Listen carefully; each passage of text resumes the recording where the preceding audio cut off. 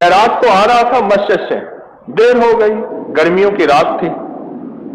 मैंने कहा ये बाग में से निकल जाऊं। ये रास्ता जाता था दूर का, बाग का रास्ता जो है वो अंदर का रास्ता था।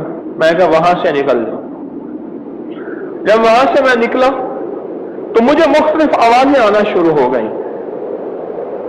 मुझे हैरत हुई, फिर आवाजें करीब आ रही हैं, कभी दूर आ रही हैं, कभी किसी की आवाज में, कभी किसी की आवाज में। कभी मैंने महसूस किया मेरे पीछे कोई चल रहा, उसने घुंघरू और झांझर पहनी हुई है, पायल पहनी हुई है, कोई घुंघरू की आवाजें हैं। मैं समझ गया कि भाई ये यहां सुना है। वहां जो है वो एक दरख्त था, दरख्त सारे बाग में थे, लेकिन कुछ दरख्त थे वहां के बारे में मशहूर था कि वहां वो जिन्नात हैं और लोगों को पकड़ लेते हैं। मुझे हजरत ने बताया हुआ था। मैंने मुट्ठी उठा ली मिट्टी की और मैंने पढ़ना शुरू कर दिया। पढ़ते पढ़ते पढ़ते देखा कि वो चीज इतने करीब आ गई है, उसकी सांसों की आवाजों को भी मैंने महसूस करना शुरू कर दिया।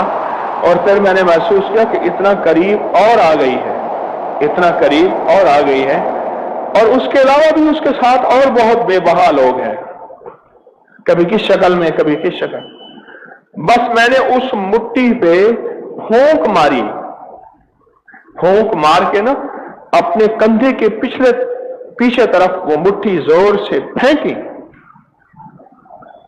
जैसे मेरे हुजूर ने मिट्टी उठाई थी और मुश्रिकीन मक्का जिन्होंने मुहासरा किया हुआ था और उन पे फेंकी।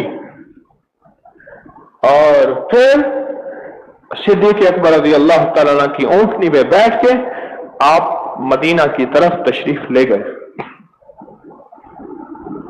ऐसे ही फिर जो चीखों की आवाज थी, वो आवाज चीखों, अजीब रोना धोना, हमने तो तेरे साथ ऐसा नहीं किया था, तूने हमारे साथ ऐसा किया, ये वो। मैंने कहा तुम जानो, तुम्हारा काम जानो।